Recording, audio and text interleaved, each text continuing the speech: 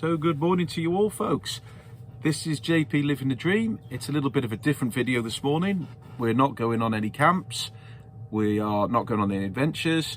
I've been catching up on a few things I had to do. I've had a very busy week at work. So after our camp at Abersoch last week that you saw in the previous vid, I haven't really got a chance to catch up with the cleaning out of the van. As any of you know, even when you go to the beach in your car, you come back and what have you got everywhere? Sand. When you've got two dogs thrown into the mix, as well as a Lenny, the vehicle has obviously got lots of sand in and needed cleaning out. So I've done that this morning. We've walked the dog. It's really cold night last night, so I've got the diesel heater ticking away at the moment. I think it went down to -2 according to the Met Office, but are they ever right? I don't know. All I know is there was a layer of frost on the roof this morning for me when we got up. So yeah, but I just thought I am waiting for some stuff to come through the post actually that should be here this week, so I can do another upgrade video for you. I've got some more things planned for the van. I think I said in my short in the week, but yeah. So there was a couple of things I don't think are quite explained in previous videos about a couple of bits and pieces that we've got in here that makes life a bit easier for us. So I thought this morning I'd just go into a little bit more detail on some of the things that we've got in the van, starting with the sink pod that this gimbal's sitting on at the moment. So I'm just going to turn the camera around, guys. So the sink pod, guys, I always wanted to have a sink in the van. I like the idea of having water on, which is obviously stored underneath with a pump in the bottle, and it's got the waste, the grey water bottle as well, which you empty.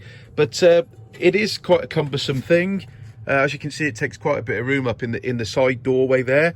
So one of the things that we did do was put it on these little toggle clips here. There's one here, and if we go out the van, there's one on the side as well, and that enables me, once they're both undone, to move it and take it into the house, store it safely, and it gives me all of this extra room here then if I'm going to be using the van for anything else, or if I need the work to use it for work. So yeah, so I think that's a good little pointer if anyone has got the same van and the same setup as me, that you might want to look at doing the same if you've got a separate sink pod unit.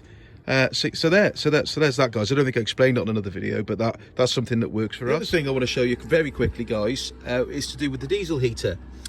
I don't think I explained last time, but this LCD screen here, rather than just leave it turned off there, because it's with the leisure battery, I wanted to make sure that when it's not in use, it's absolutely powered off. It's easy because the screen goes blank fairly quickly to leave it actually on.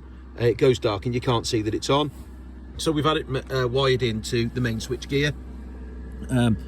See all my labels there for everything I've got in the van, and I've got one for the heater, or the blower as it's called, on there. But I can actually isolate it there, so I know that when we finish using it, I can knock it off there, and there's no drain on the leisure battery. So another little tip there for you guys: have the Chinese diesel heater also wired in to your main switch gear so you can knock it off. There we go. Something else I've not showed you before, guys, as well, is obviously we've got curtains all round in the van, but the cab and living area dividing curtains, bulkhead curtains if you like. Now these are made by a company called Vanex, and they obviously they restrict people's view through the front when you're in the back. They also keep some heat in as well, and they make your living area nice and private. So when they're closed, you can see just what they're like, and there we are. Look, obviously we can see through them in the daylight, but at night time they black out quite nicely, and like I said, they do keep the heat in. So yeah, get yourself some Vanex curtains all round, because they really do make a difference, and they look quite nice as well, I think. So there we go. And last but not least, guys, something that you will have seen in the background on my videos before, but it's my TV, my 12-volt TV. Now this plugs in to the cigarette lighter socket, which we have got, I don't know if you guys can see that down there, but on the side of our kitchen cupboard. And I watch Me Only Fools and Horses and other DVDs. Love the old classic comedies, and we've also got an aerial for it as well to pick up other channels if we want to watch them. But yeah, I could not be without that. I have a TV on at home when I'm in bed to get me off to sleep at night, and it's no different when we're away camping in the van. So yeah, the TV, guys, is a must. So guys, the van is all clean now, tidy. My daughter Holly has come to join me in the van. I think we're going to watch a bit of TV now, maybe even have a cup of tea in here and some biscuits. So I'm going to leave it there, leave you all to your weekends.